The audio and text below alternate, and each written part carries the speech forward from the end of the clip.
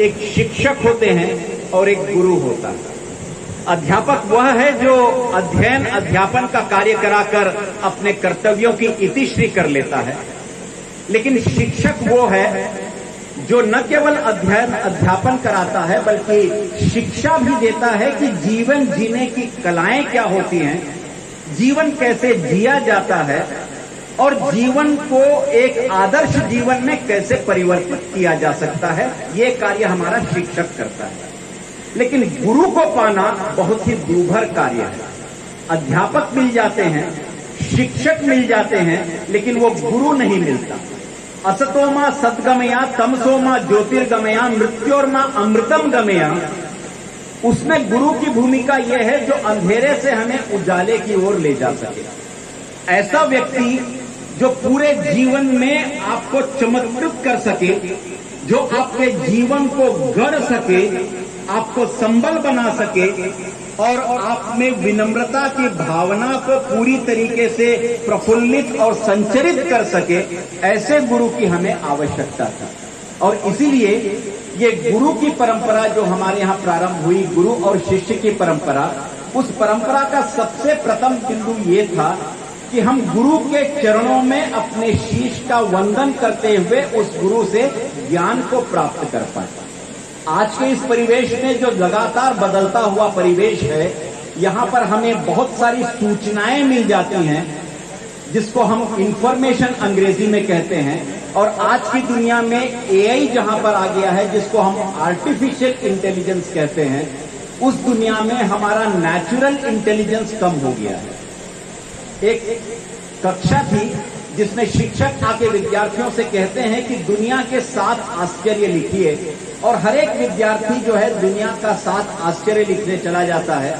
कोई ताजमहल लिखता है, कोई हैंगिंग गार्डन ऑफ बेबीलोन लिखता है, कोई पीसा की मीनार लिखता है, कोई और कुछ लिखता है। लेकिन एक लड़की जो है वो कुछ लिखती रहती है, और जैसे ही शिक्षक आते हैं वो लड़की हाथ ऐसा कर लेती है, क्योंकि उसे ये लगता है कि शिक्षक तो सब कुछ जानता है और मैं यदि गलत लिख रही हूं तो कहीं टोक न दे, तो हाथ ऐसा हो जाता है, जो अमूमन परीक्षाओं के समय हर एक विद्यार्थी का ऐसा ही होता है। और उसने वैसा कहा, शिक्षक ने हाथ हटाया, फिर उस शिक्षक ने कहा कि नहीं, तुमने जो लिखा है सही है। फिर शिक्षक वो अंतिम में बैठी हुई जो विद्यार्थी है उसको बुलाते हैं, सामने खड़ा करते हैं और बोलते हैं तुम अब बोलो कि तुमने दुनिया के 7 आश्चर्य कौन कौन से लिखे हैं। और जैसे ही वो बोलना प्रारंभ करती है, सारे बच्चे बड़े जोर से हंसने लगते हैं। वो कहती है दुनिया का प्रथम आश्चर्य जो है वो आंख है, दूसरा आश्चर्य जो है वो नाक है, तीसरा आश्चर्य जो है वो कान है, चौथा आश्चर्य जो है जिह्वा है। और जैसे ये बोलने लगती है सारे बच्चे हंसने लगते हैं। फिर शिक्षक उन बच्चों से पूछते हैं हंस क्यों रहे हैं, तो वो विद्यार्थी कहते हैं कि आपने कहा था दुनिया का 7 आश्चर्य लिखिए, हमने तो पीसा की मीनार लिखी, हमने तो हैंगिंग गार्डन ऑफ बेबीलोन लिखा, हमने तो ताजमहल लिखा, इसने तो ऐसा लिखा है। तो वो जो बच्ची थी वो शिक्षक से प्रश्न करती है कि आपने प्रश्न क्या किया था। शिक्षक कहते हैं मैंने कहा था 7 दुनिया के आश्चर्य लिखिए, तो उसने कहा कि मैंने वो आश्चर्य लिखे हैं जो ईश्वर द्वारा प्रदत्त हैं, और इन्होंने वो आश्चर्य लिखे हैं जो मानव द्वारा निर्मित हैं। आज के युग में हम ईश्वर के द्वारा प्रदत्त आश्चर्यों को भूलकर मानव निर्मित आश्चर्य की ओर चले गए हैं। आर्टिफिशियल इंटेलिजेंस में हम अपना नेचुरल इंटेलिजेंस भूल गए हैं। और इसलिए अंग्रेजी में एक शब्द जो है वो टच, जिसको हम स्पर्श कहते हैं, वो बहुत महत्वपूर्ण है। और टच में से टी हटा दीजिए, बाकी बचता क्या है, आउच। और आउच का उपयोग आप कब करते हैं, जब आप झपट कर गिरते हैं, आपको चोट लगती है तो आप आउच कहते हैं। और उस आउच में टी जोड़ दीजिए तो वो क्या हो जाता है, टच हो जाता है। वो जो टच है टी, वही टी जो है वो मात्र देवो भव। जब बच्चा रोने लगता है तो देवो भव। और दूसरा वैसा ही व्यक्ति पिता है जिसका स्पर्श नहीं होता लेकिन जिसकी अनुभूति लगातार होती रहती है, वो हमारा पितृ देवो भव। और वही तीसरा टी जो है वो शिक्षक के लिए है, जहां हम गुरु देवो भव कहते हैं। लेकिन आज के इस जमाने में न तो मातृ देवो भव है, न तो पितृदेवो भवा है, न तो गुरुदेवो भवा है, और वो तीनों जो है वो प्रतिस्थापित हो गए हैं। और आज के जमाने में टी जो है वो टेक्नोलॉजी देवो भवा हो गया। तो आज हम टेक्नोलॉजी की ओर इतना बढ़ गए हैं कि मानवीय संवेदनाएं समाप्त हो गई हैं। इसलिए आवश्यक है कि गुरु को खोजना। और लोग कहते भी हैं कि पानी को हमेशा छान के पीना चाहिए और गुरु हमेशा जान के बनाना चाहिए। तो यदि आप गुरु जान के बना लिए हैं तो वो आपके जान में वैसा ही संचरण होता है जैसे कि मंदिर में तब तक पूजा नहीं होती जब तक देवता की वहां पर प्राण प्रतिष्ठा नहीं होती और उसमें प्राण वायु नहीं फूका जाता, तब तक नहीं होता। तो वो गुरु जो है वो हमारे अंदर, हमारे कान के अंदर प्राण वायु का संचार करता है। आज के बदलते परिवेश में हम सभी की भूमिकाएं लगातार बदल गई हैं। आप सभी सेवानिवृत्त शिक्षकों को प्रणाम करते हुए, आपके जितने भी हैं लेकिन सम्मान देना जानता है। हमारे बच्चे 90% लाके भी यदि बड़ा हुआ तो क्या हुआ, जैसे पेड़ खजूर रे जैसे खड़े हो गए हैं और उनका यदि हाथ नहीं जुड़ता है और यदि चरण स्पर्श में केवल घुटना स्पर्श हो पाता है तो ये कौन सी संस्कृति को हम बढ़ावा दे रहे हैं। हमें आवश्यकता है कि वो चरण वंदन करने की, भारतीय ज्ञान परंपरा को अपनाने की। और चरण वंदन में यह है, आप सभी ने यदि आमिर खान की एक फिल्म थी उसको देखा होगा, पीके, और उस पीके में जैसे वो हाथ मिलाता है उस व्यक्ति की ऊर्जा दूसरे में संचरित हो जाती है। चरण वंदन में भी जब आप चरण स्पर्श करते हैं तो उनके द्वारा आशीर्वाद से रूप में दिया जाने वाला आपके शरीर में संचरित होता है। तो हमारे यहाँ चरण वंदन की परंपरा जो है वो स्पर्श की परंपरा है, वो संचरण की परंपरा है, और वही भारतीय परंपरा की सबसे बड़ी मूल मिसाल भी है।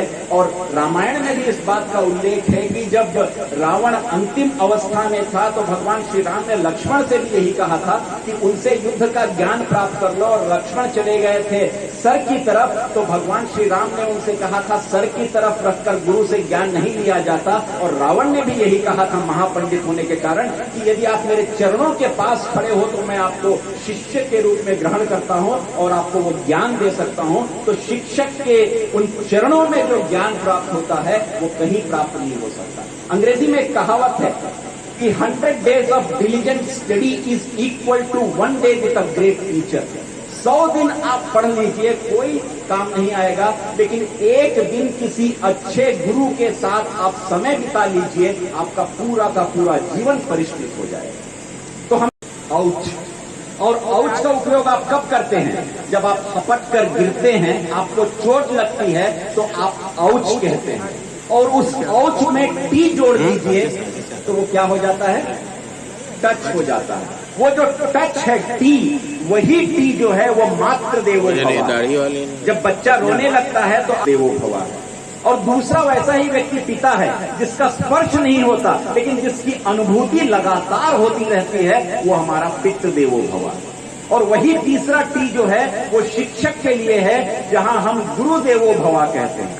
लेकिन आज के इस जमाने में न तो मातृ देवो भवा है, न तो पितृदेवो भवा है, न तो गुरुदेवो भवा है, और वो तीनों जो है वो प्रतिस्थापित हो गए हैं। और आज के जमाने में टी जो है वो टेक्नोलॉजी देवो भवा हो गया। तो आज हम टेक्नोलॉजी की ओर इतना बढ़ गए हैं कि मानवीय संवेदनाएं समाप्त हो गई हैं। इसलिए आवश्यक है कि गुरु को खोजना। और लोग कहते भी हैं कि पानी को हमेशा छान के पीना चाहिए और गुरु हमेशा जान के बनाना चाहिए। तो यदि आप गुरु जान के बना लिए हैं तो वो आपके जान में वैसा ही संचरण होता है जैसे कि मंदिर में तब तक पूजा नहीं होती जब तक देवता की वहां पर प्राण प्रतिष्ठा नहीं होती और उसमें प्राण वायु नहीं फूका जाता, तब तक नहीं होता। तो वो गुरु जो है वो हमारे अंदर, हमारे कान के अंदर प्राण वायु का संचार करता है।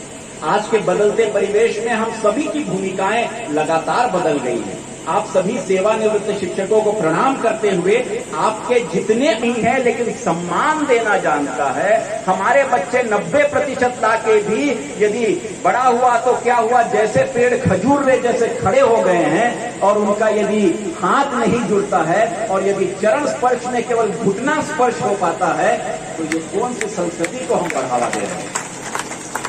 हमें आवश्यकता है कि वो चरण वंदन करने की, भारतीय ज्ञान परंपरा को अपनाने की। और चरण वंदन में यह है, आप सभी ने यदि आमिर खान की एक फिल्म थी उसको देखा होगा, पीके, और उस पीके में जैसे वो हाथ मिलाता है उस व्यक्ति की ऊर्जा दूसरे में संचरित हो जाती है।